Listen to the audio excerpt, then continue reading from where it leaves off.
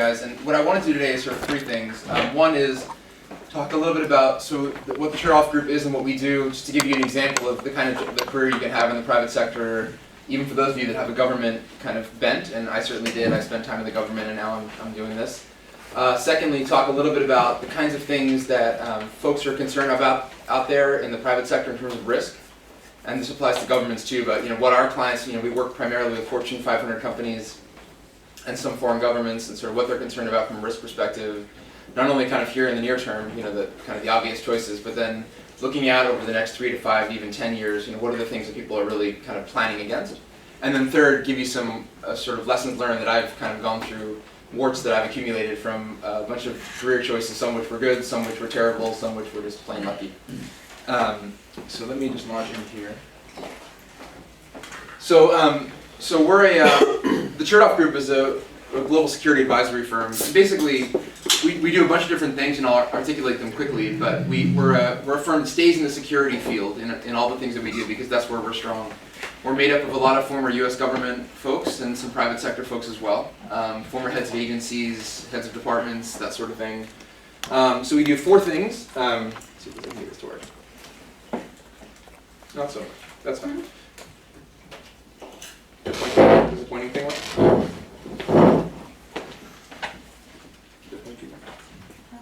Oops. That's fine. Doesn't matter. Okay. So we do what we call consulting or strategy, which is basically helping companies grow. So again, in the security space, a company or companies that have some sort of service or technology to sell to the government or sell to another private sector client. And we can help them to sort of develop channel strategies and then sell their products, again, in the security space, right? So some sort of data analytics tool or data sensor or something. We have an investment banking group. We're a registered broker-dealer within the Chertoff Group, is something called Chertoff Capital.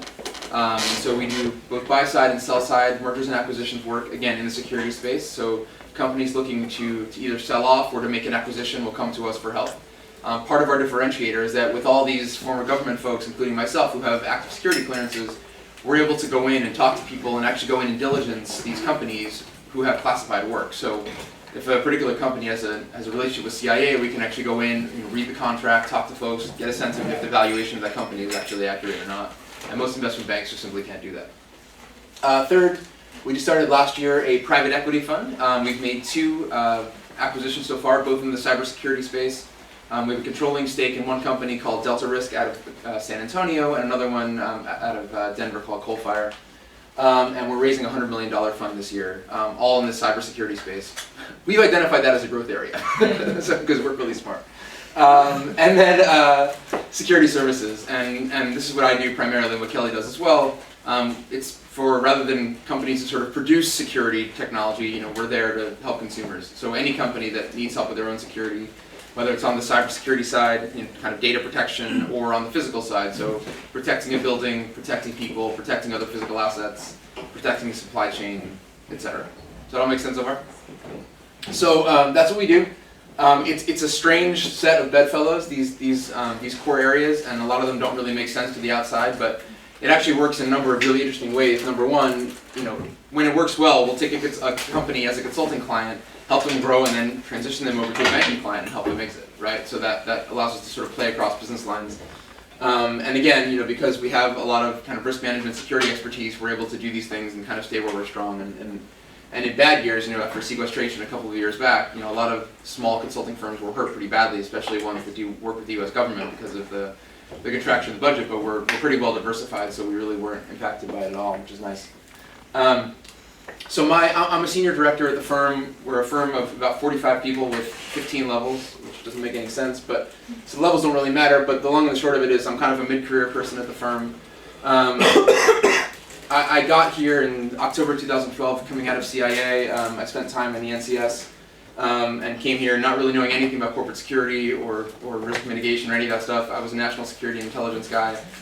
So it's been a steep learning curve, but and one of the things I was really concerned about coming out was, leaving, the mission, the people, and the access. When you work, and I spent time at the White House and then at CIA, when you get to do those kinds of things, you have amazing access, you meet amazing people, and you have this sort of incredible mission, sort of take that hill, now take that hill, now take that hill. And in the private sector, I was worried that wouldn't exist. It would be much more sort of money-driven and and I'd sort of lose that sense of passion for what I do, and it actually hasn't been the case at all. I feel very fortunate. We're helping companies keep their people safe. It's no joke. I mean, companies that send people to really crappy places around the world. I remember very distinctly doing an exercise, sort of a tabletop exercise with a company in 2013 who had one of their reporters rolled up in Moscow, and so we were talking about kind of kidnap and ransom scenarios. Like, this is real world stuff. We have a client now, a foreign sovereign nation in the Middle East, a U.S. ally. We're working on behalf of their Defense Department, and they are at war. And this just happened about 4 or 5 weeks ago. We're in a meeting over there in the Gulf, and one of the generals walks into the room, and he looks sort of despondent. He says, "Look, I'm really sorry. I'm going to have to cancel this meeting. One of my best friends was just killed." Right? Like, this is real world stuff. And so there's very much a service element to this, and I really appreciate that. But I don't miss a lot of stuff about government. I don't miss the bureaucracy. I don't miss the politics, and I don't miss the inflexibility. There's a lot about working at a small company, particularly one that is focused on sort of doing well so we can do good. I think I said that the right way. That you don't feel sort of beholden to, we don't have, a high ceiling in terms of, moving up through the levels. If you do well, you can get promoted really fast. You can make a huge impact being a smaller fish and a bigger fish in a smaller pond. So anyway, I like that, and I don't miss the fact that in government, you're just one of a lot of people, right? I don't miss that. I like being able to do things and take on a lot of responsibility on my own, which is interesting to me. Just a quick overview of the firm. I mentioned the 4 practice areas: private equity, M&A advisory, strategy consulting, and security. Down here is just kind of a sampling of the places that we've been in government. I think it's pretty impressive. We kind of cover the whole gamut, including Congress, places that are like Department of Energy and DARPA and the NYPD, CIA, obviously FBI and others. So when we walk in somewhere, we can sort of play chameleon, right? If it's kind of a Homeland Security focused engagement versus a defense focused engagement versus intelligence, or Homeland Security, we can play across those areas. And this is what we spend most of our time doing. And so I wrote, organizational security assessments. What that means is we'll go into companies, and Kelly and I work on these a lot together.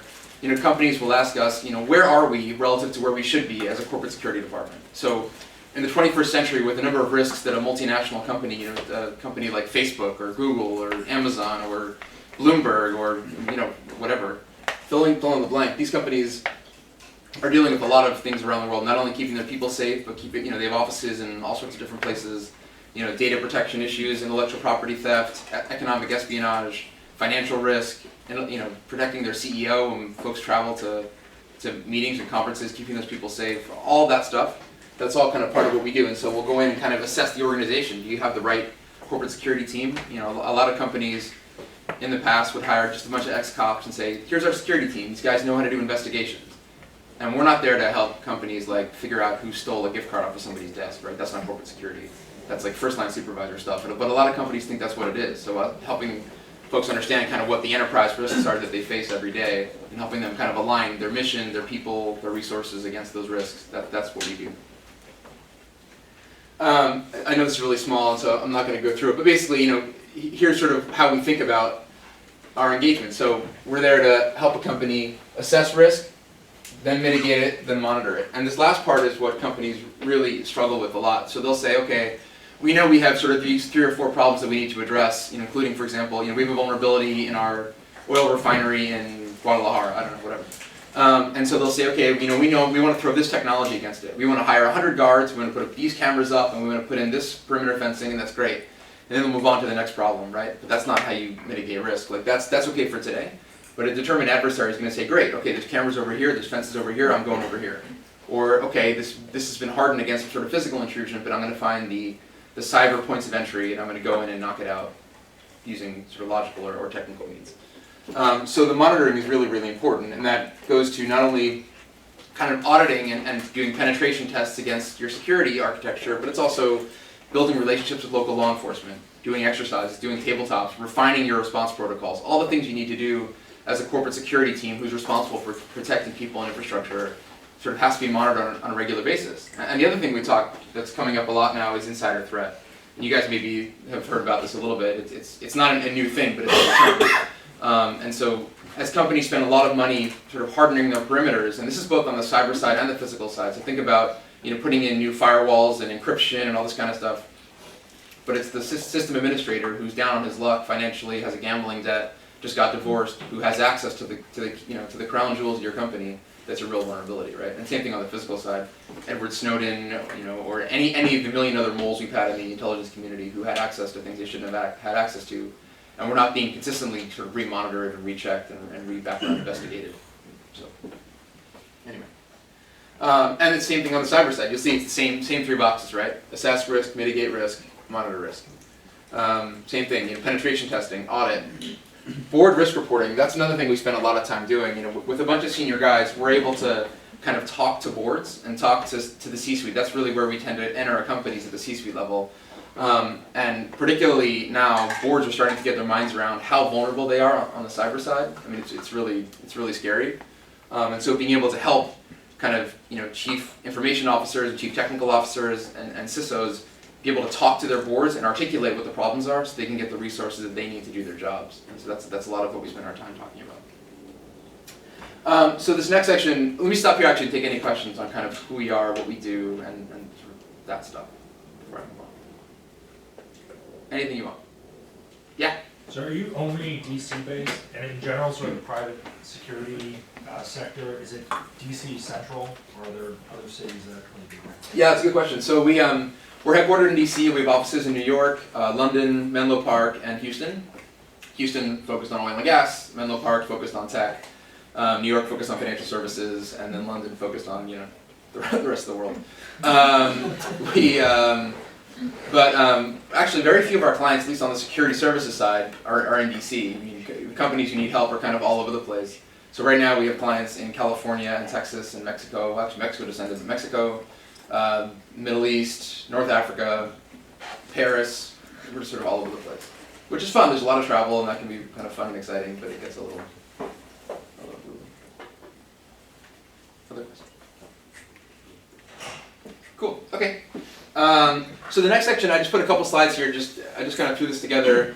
It's just talking about global risk. And so this is a map put together by CFR. I'm a CFR term member, which is awesome, by the way. When you guys get out of grad school, totally go for it. It's fantastic.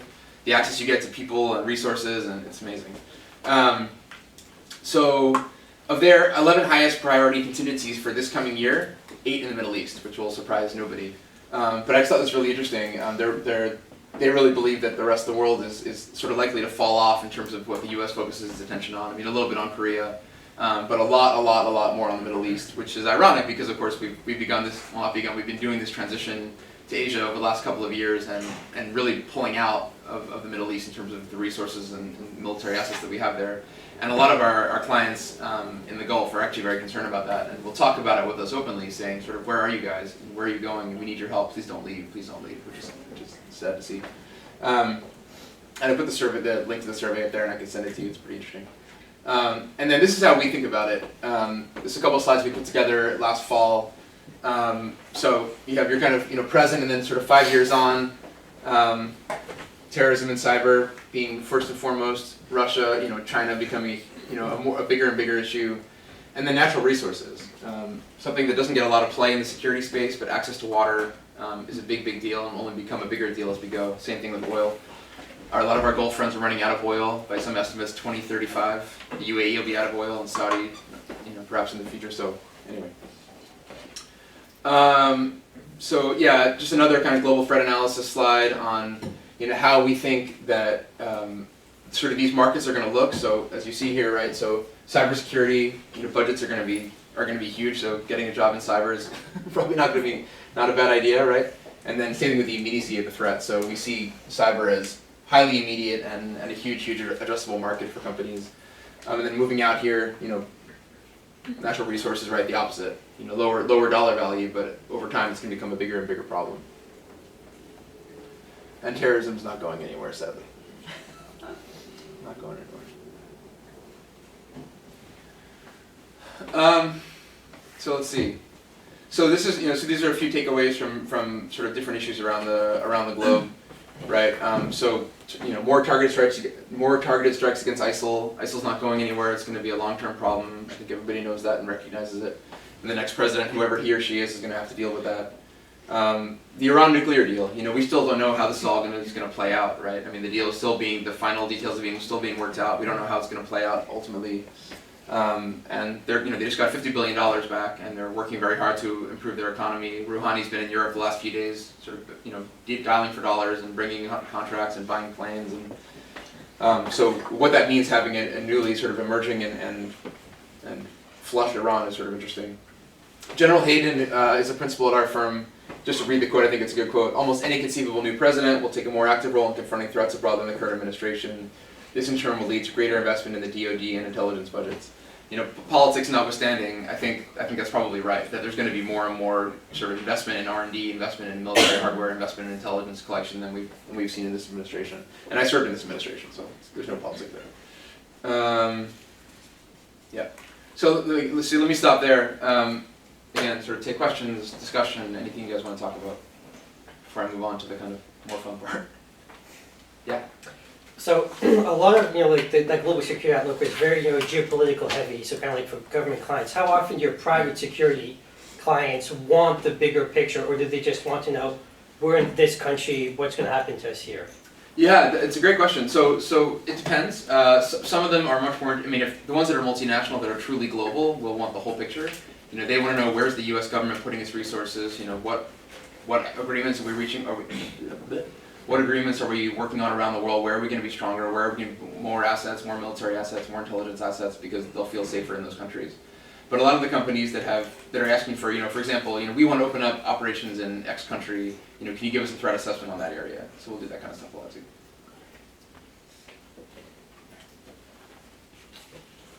Okay. So just some career lessons that I've learned and forget. I believe all these things to the bottom of my heart. Number one, you can't make a big mistake in your 20s. You just can't. You will, however, make a bunch of small mistakes that will be invaluable to you later. And by that I mean, no matter what career choices you guys make coming out of school, you may find that your first job is the one you have for the rest of your life. Statistically, that's probably not going to be the case. And you will learn quite a lot about yourself through that experience. And it may be things you don't like. You may take a job, and I've taken jobs that I didn't like and turned out to be bad choices, but I was like, okay, great, that's really valuable because I know here's what I do not want to do again. For example, I don't want to work in a big organization, or I don't want to work in a small organization, or I need to be behind a desk all day, or I never want to be behind a desk, or I need to work with a boss who is X, or a boss that is not Y, etc. So whatever jobs you take, whatever decisions you make, even if they turned out to be wrong, you'll learn quite a bit about yourself. 2, be honest with yourself. What you need and what you want are not always the same. So there's an emotional part of There's an emotional part of work that probably doesn't get talked about enough. What is your emotional need out of a job? And so for me, I always thought, like, I'm a public sector guy, I'm a public service guy, that's who I am. And so that was sort of my mantra, and that's how I described myself. And then I came here and I was like, hey, you know what, there's actually a lot of really good work that you can do in the private sector that you can get passionate about and excited about and kind of do well at the same time, and that's great. And so it takes a little while to learn those lessons, maybe about who you are and kind of what it is that you want, but keep that in mind, that you really kind of dig deep, like what is it that you actually need out of a job as opposed to what is it that you want to do. And that leads into number 3, so think about your career inductively. What do you want to do all day? So again, I was talking about whether you want to sit behind a desk, whether you consider yourself sort of a writing and analytic person or more of an operational person, or you're more interested in business development, or you're more interested in whatever. How do you want to spend your day? Say, okay, so I want to do this all day. That sounds good. What are the sort of industries that I can do that in? Okay, I can do it in these industries. Okay, what are the companies or what are the organizations that allow me to do that?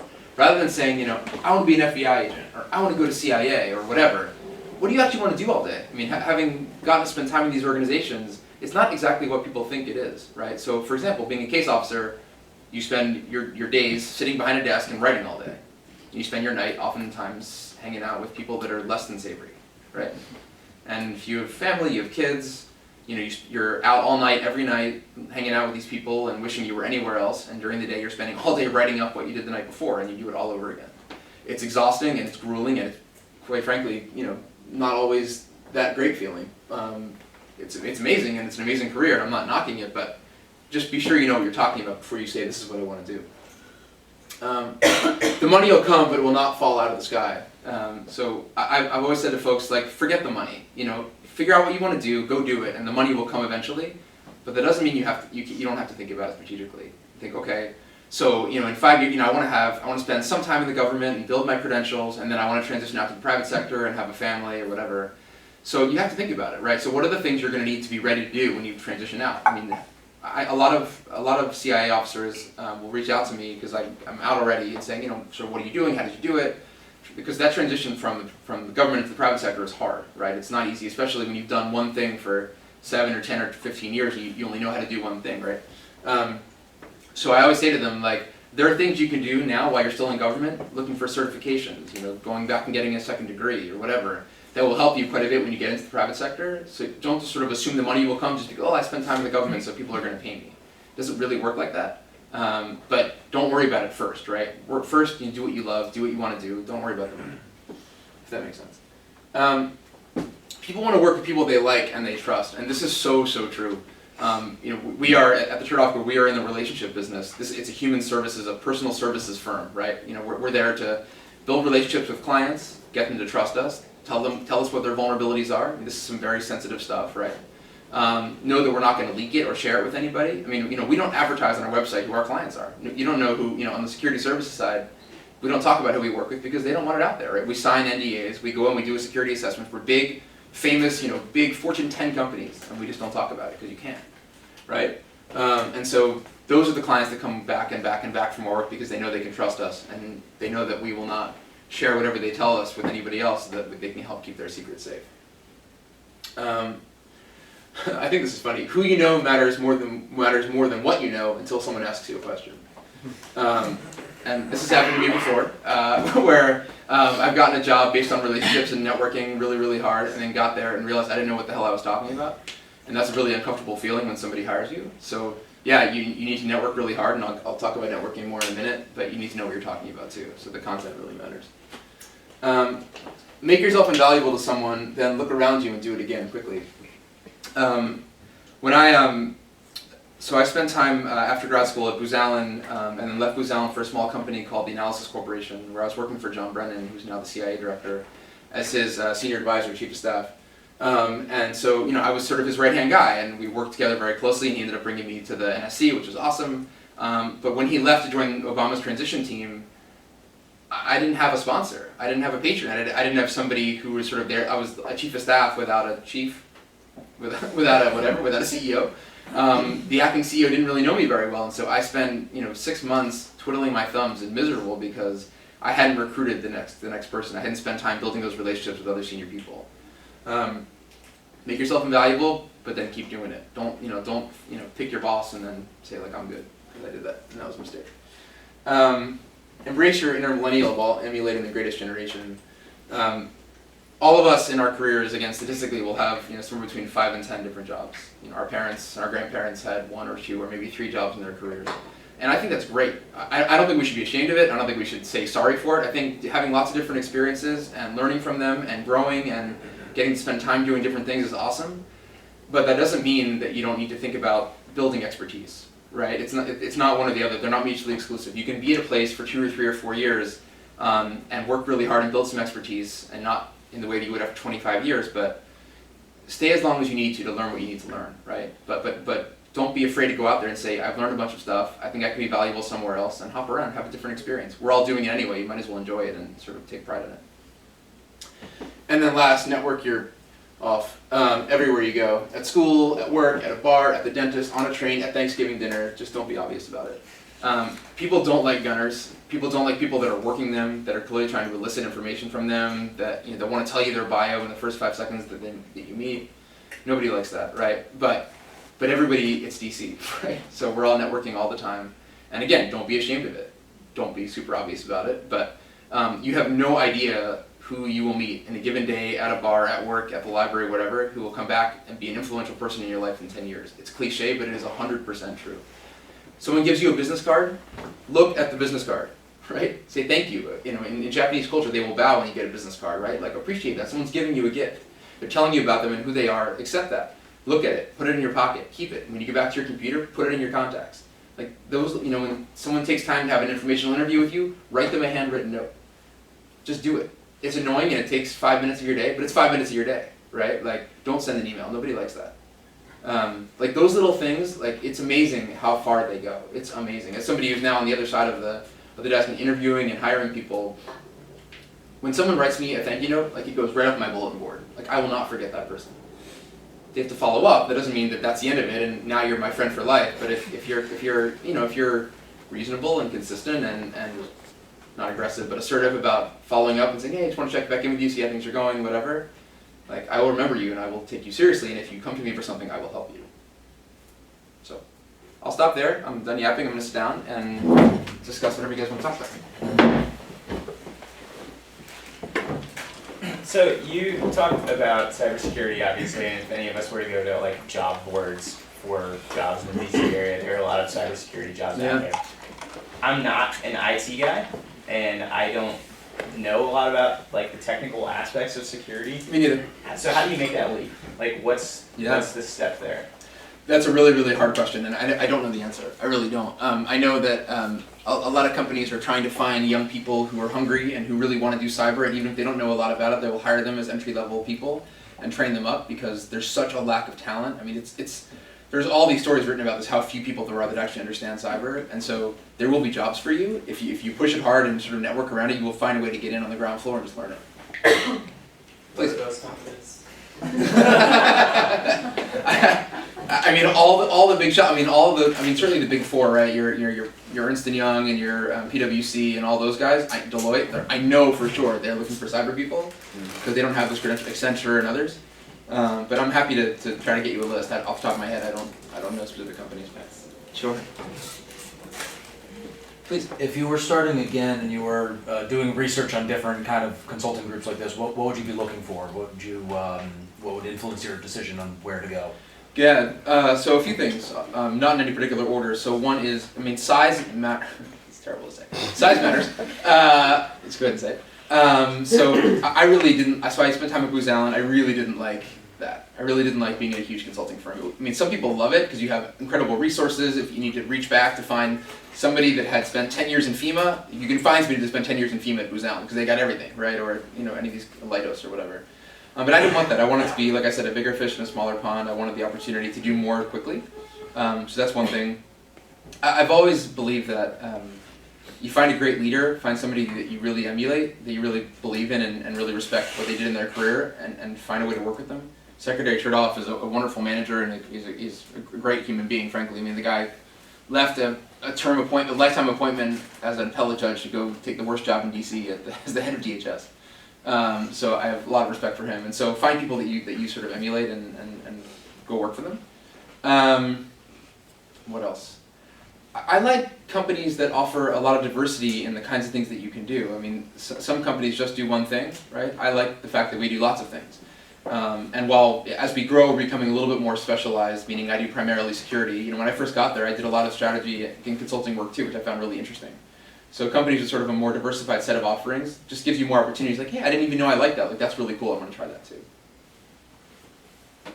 Please. When you see young people applying to like a firm like the Chertoff Group, which is pretty prominent, and as you said, well-rounded, what are either some of the biggest gaps in talent, like when skills that you see, the biggest mistakes people make in how they market themselves and identify what they think they bring to the table? Oof, that's a good question. That's a really good one. So as you would expect, being a firm with a lot of ex-govies, I see a lot of resumes of, I've been 7 years in the FBI, or I've been 7 years at DHS, or I've been 3 years at CIA and I didn't like it, or I've been, a lot of government. And it's probably partly our fault for not doing a better job of marketing ourselves in terms of what we actually do. Because people, folks assume you have, Michael Chertoff and Michael Hayden and others that we do government consulting, and we do a little bit of that, but we don't have any government clients. We have corporate clients that want to do business with the government. And so I'm not sure that's totally apparent when you look at our site. So I think folks have the faulty assumption that they're coming out of the agency to then go consult to the agency or consult elsewhere in the intelligence community. So it's probably partly our fault for not articulating that better. But I'm always looking for folks that have a no-kidding, private sector bent. Like that's what they want to do. Yes, they have a national security background. I had a national security background, but they're like, I understand there's work to be done in the private sector. That's where I want to be, and are sort of committed to the idea of building a career in the private sector. Because, I'm not looking for somebody who's like just going to kind of stop over for a while and then while they're waiting for a clearance, right? Like that happens a lot, and that's fine, and we get amazing people, but what I'm looking for is people that really want to be in the private sector.